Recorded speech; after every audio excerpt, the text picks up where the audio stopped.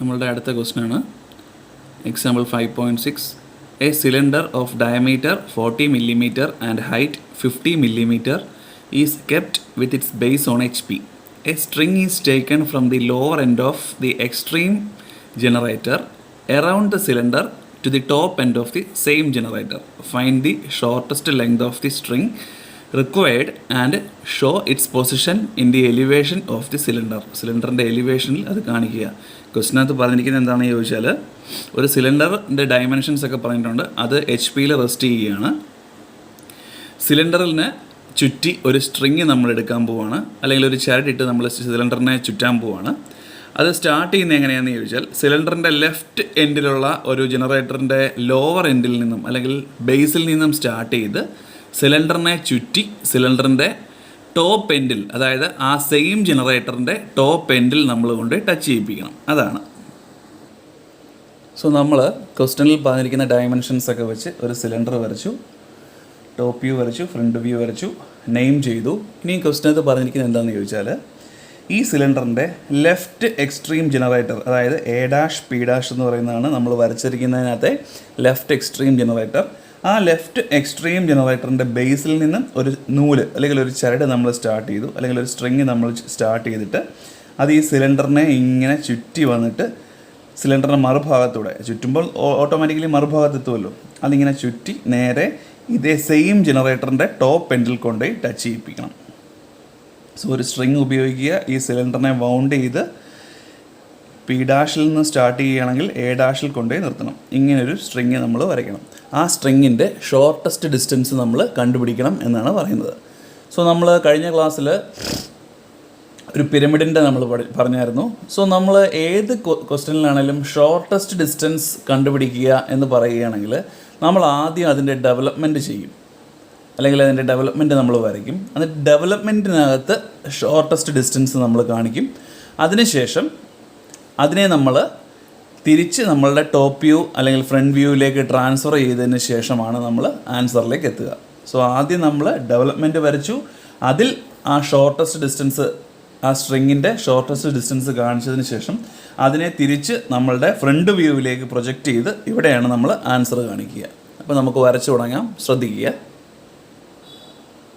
So നമ്മൾ ആദ്യം true length of the generator, ഇതൊരു സിലിണ്ടർ ആയത് കാരണം എല്ലാ ജനറേറ്ററും ട്രൂ ലെങ്ത് തരുന്നുണ്ട്. സോ നമ്മൾ ഈ സിലിണ്ടറിൻ്റെ ഹൈറ്റ് തന്നെയാണ് ഇവിടെ true length of the generator, അത് നമ്മൾ എടുക്കുക. ക്വസ്റ്റ്യനകത്ത് പറയുന്നുണ്ട് 50 millimeter ആണെന്ന് പറയുന്നുണ്ട്.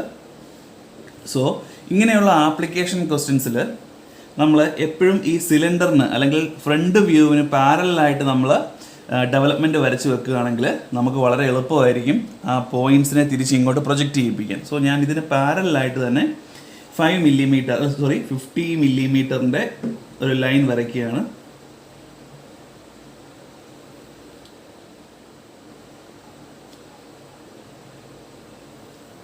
ഓക്കെ, ഇതേ സെയിം ലെങ്ത് ഞാൻ ഇങ്ങോട്ട് എടുത്തു.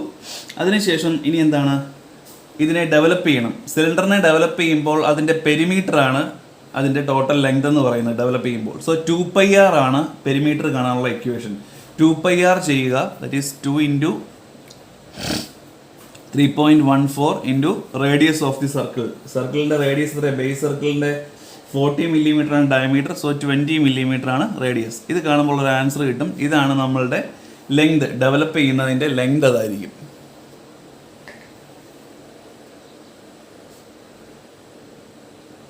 സോ നമ്മളത് ചെയ്യുമ്പോൾ നമുക്ക് 12.5 അല്ലെങ്കിൽ 125 millimeter കിട്ടും, അല്ലെങ്കിൽ 12.5 centimeter കിട്ടും. സോ നമ്മൾ 12.5 centimeter അത് വരയ്ക്കുക.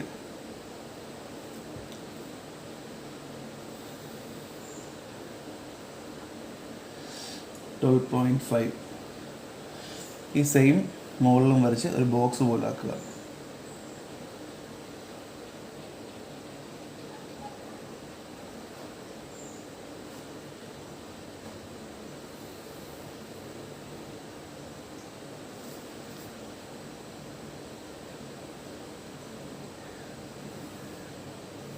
ഓക്കെ, ഇത്രയും വരച്ചു. ഇനി നമ്മൾ ഇതിനെ ഈക്വലായിട്ട് നമ്മൾ സിലിണ്ടറിനെ എത്രയായിട്ട് ഡിവൈഡ് ചെയ്തിരിക്കുന്നത്? 8 ആയിട്ടാണ് ഡിവൈഡ് ചെയ്തിരിക്കുന്നത്. സോ നമ്മൾ ഈ ഒരു റെക്റ്റാങ്കിളിനെ നമ്മൾ 8ആയിട്ട് ഡിവൈഡ് ചെയ്യണം. അത് 8ആയിട്ട് ഡിവൈഡ് ചെയ്യുന്ന രീതിയൊക്കെ നമ്മൾ ലാസ്റ്റ് ക്ലാസ്സിൽ ഒരു പ്രോബ്ലത്തിനകത്ത് നമ്മൾ പഠിച്ചിട്ടുണ്ടായിരുന്നു. എങ്ങനെയാണ് ഏതെങ്കിലും ഒരു ഇൻക്ലിനേഷനിൽ 8ആയിട്ട് ഈക്വലായിട്ട് ഡിവൈഡ് ചെയ്യാൻ പറ്റുന്ന രീതിയിൽ ഒരു ലൈൻ വരയ്ക്കുക. അതിനുശേഷം ആ ലൈനിനെ 8ആയിട്ട് ഡിവൈഡ് ചെയ്യുക. അവിടെ നിന്ന് ഇങ്ങോട്ട് പാരലൽ ലൈൻസ് വരച്ചിട്ട് വേണം നമ്മൾ ഇതിനെ ഈ ഒരു റെക്റ്റാങ്കിളിനെ 8ആയിട്ട് ഡിവൈഡ് ചെയ്യാം. കാരണം 12.5 ആണ് ഇതിൻ്റെ ലെങ്ത്. സോ അതിനെ നമുക്ക് ഈക്വലായിട്ട് ഡിവൈഡ് ചെയ്യാൻ പാടാണ്. ചെയ്യാൻ പറ്റും, പക്ഷെ അത് പാടാണ്. സോ അങ്ങനെ ചെയ്യാനായിട്ട് എളുപ്പമാർഗ്ഗമാണ് നമ്മൾ ഏതെങ്കിലും ഒരു ഇൻക്ലിനേഷനിൽ ലൈറ്റായിട്ട് വരയ്ക്കുക, ഒരു ലൈൻ അങ്ങ് വരയ്ക്കുക. ആ വരയ്ക്കുന്ന ലൈനിനെ നമ്മൾ 8 ഈക്വൽ പാർട്ടായിട്ട് ഡിവൈഡ് ചെയ്യാൻ പറ്റണം. സോ ഞാൻ 8 സെൻറ്റിമീറ്ററിൻ്റെ ഒരു ലൈനാണ് അങ്ങ് വരച്ചത്. നോക്കുക, 8 സെൻറ്റിമീറ്ററിൻ്റെ ഒരു ലൈൻ വരച്ചു. അപ്പം നമുക്ക് ഈ ലൈനിനെ ഓരോ സെൻറ്റിമീറ്റർ വെച്ച് ഡിവൈഡ് ചെയ്യുകയെങ്കിൽ 8 ഈക്വൽ പാർട്ടാക്കാൻ പറ്റും.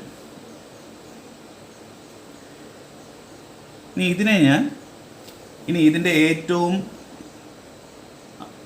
ഇതിൻ്റെ ഈ ലാസ്റ്റ് പോർഷനിൽ അല്ലെങ്കിൽ ഈ ഒരു എൻഡിനെ ഈ സോളിഡിൻ്റെ ഡെവലപ്മെൻറ്റിൻ്റെ എൻഡുമായിട്ട് കണക്ട് ചെയ്യും. ലൈറ്റായിട്ട് വേണം കണക്ട് ചെയ്യും.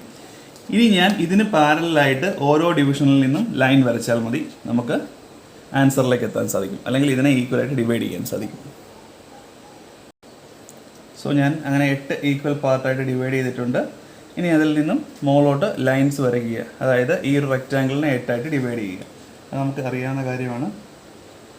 വെർട്ടിക്കൽ ലൈൻസ് വരയ്ക്കുക. ഈ വെർട്ടിക്കൽ ലൈൻസ് ഡിനോട്ട് ചെയ്യുന്നത് ജനറേറ്റേഴ്സിനെയാണ്. സോ ഇങ്ങനെ 8ആയിട്ട് ഡിവൈഡ് ചെയ്യുക. സോ നമ്മൾ ഡിവൈഡ് ചെയ്തു. ഇനി നെയിം ചെയ്യുക.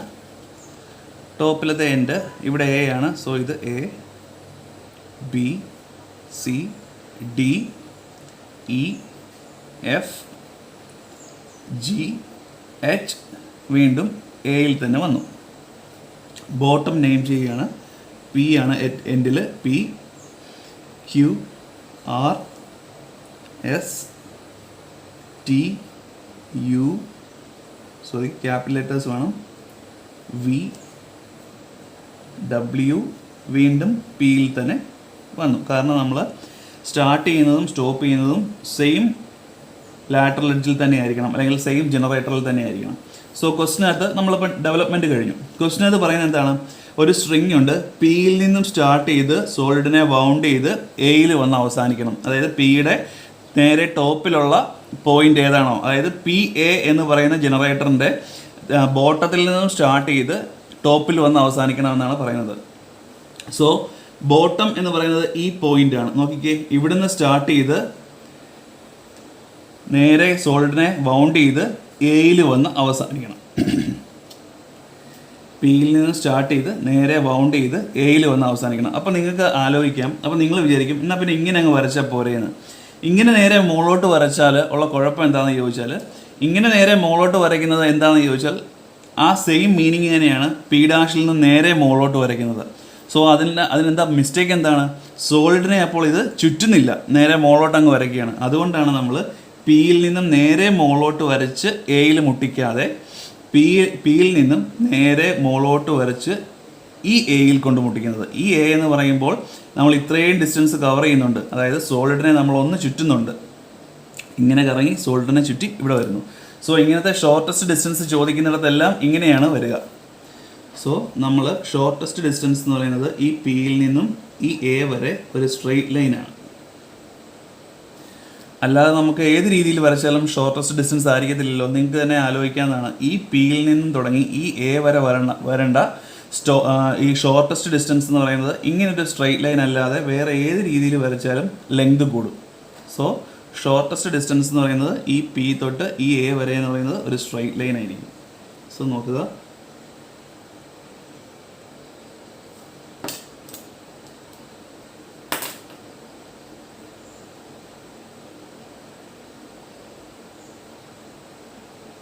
കണ്ടോ?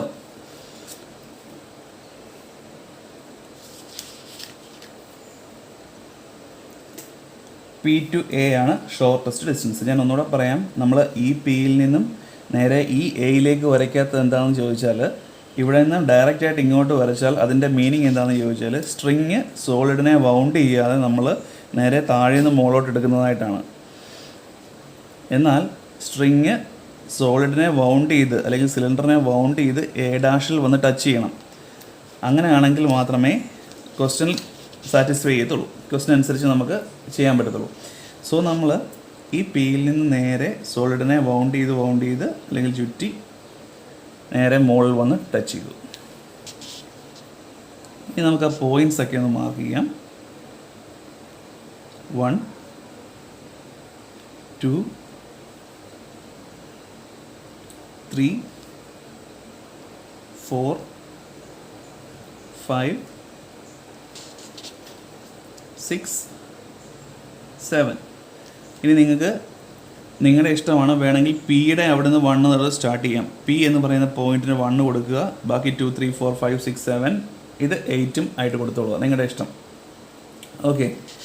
സോ ഞാൻ പിക്കും എയ്ക്കും ഈ ക്വസ്റ്റനിൽ നെയിം ചെയ്തിട്ടില്ലെന്നേ ഉള്ളൂ. പിക്കും എയ്ക്കും നെയിം ചെയ്തിട്ടില്ല, അതായത് നമ്പർ ചെയ്തിട്ടില്ല. അത് നമ്മുടെ ഇഷ്ടമാണ് നെയിമിങ് ഒക്കെ കേട്ടോ, ഇങ്ങോട്ട് തെറ്റാണ്ടിരുന്നാൽ മതി.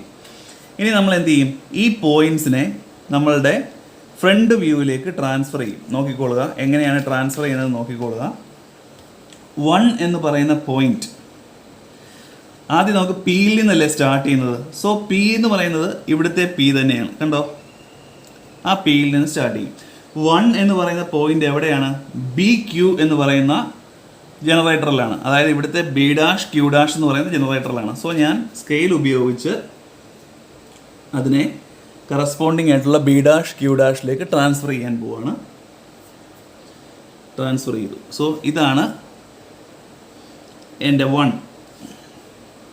2 എന്ന് പറയുന്നത് സി ആറിലാണ്, അതായത് ഇവിടുത്തെ സി ഡാഷ് ആർ ഡാഷിലാണ്. സോ അതിനെ ഞാൻ സ്കെയിൽ ഉപയോഗിച്ച് ഇങ്ങോട്ട് ട്രാൻസ്ഫർ ചെയ്യുകയാണ്.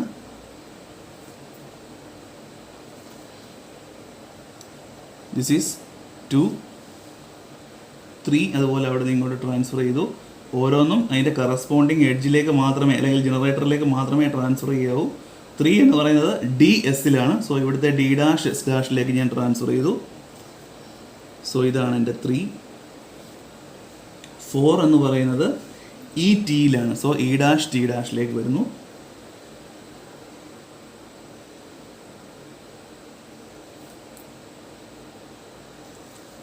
സോ ഇതാണ് 4. ഇനി 5 എന്ന് പറയുന്നത് വീണ്ടും സോളിഡിനെ അപ്രവശത്തൂടെയാണ് ഇനി വരുന്നത് കേട്ടോ. സോളിഡിനെ ചുറ്റി ഇനി മറുവശത്തൂടെ വരികയാണ്. എഫ് ഡാഷ് എഫ് യു, അതായത് എഫ് ഡാഷ് യു ഡാഷിലാണ് 5.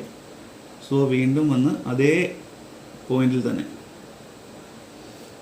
കണ്ടോ, നമ്മൾ 3 വരച്ച ആ ഒരു ലൈൻ, 3 എന്ന് പറയുന്ന പോയിന്റ് മാർക്ക് ചെയ്ത ആ ഒരു ജനറേറ്ററിൻ്റെ ബാക്കിൽ വേറെ ജനറേറ്ററോടെ ഇല്ലേ, ഏതാ, F dash and U dash. So അതാണ് നമ്മളുടെ 5. 6 എന്ന് പറയുന്നത് ജി വി. സോ ഇത് നമ്മളുടെ 6. 7 എന്ന് പറയുന്നത് എച്ച് ഡബ്ല്യു.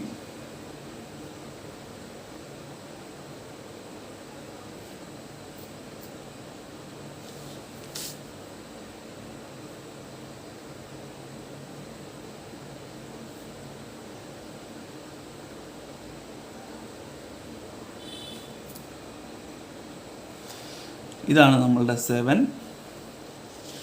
ഇനി ലാസ്റ്റ് ഏതാണ്, എ ആണുള്ളത്. സോ അത് ഇവിടുത്തെ എ കണ്ടോ. അപ്പോൾ സ്ട്രിങ് പോകുന്ന കണ്ടോ, ഇങ്ങനെ വന്ന് സോളിഡിനെ ചുറ്റി മറുവശം വഴി അങ്ങോട്ട് പോകുന്നു.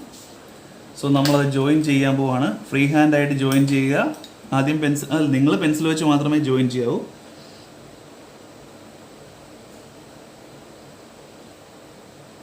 കണ്ടോ, ഇവിടം വരെ സോളിഡിൻ്റെ മുമ്പിൽ കൂടെയാണ് പോകുന്നത്, അതായത് സോളിഡിൻ്റെ ഫ്രണ്ട് ഫേസിൽ കൂടെയാണ് പോകുന്നത്. സോ അത് ഡാർക്ക് ആക്കി കാണിക്കാം.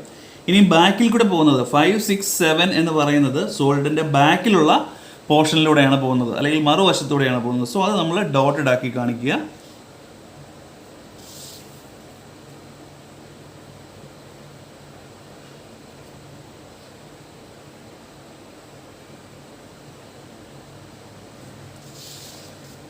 കണ്ടോ, ഇനി ഞാൻ നിങ്ങൾക്ക് കാണാൻ വേണ്ടി പേന വെച്ച് വരച്ച് കാണിക്കാം.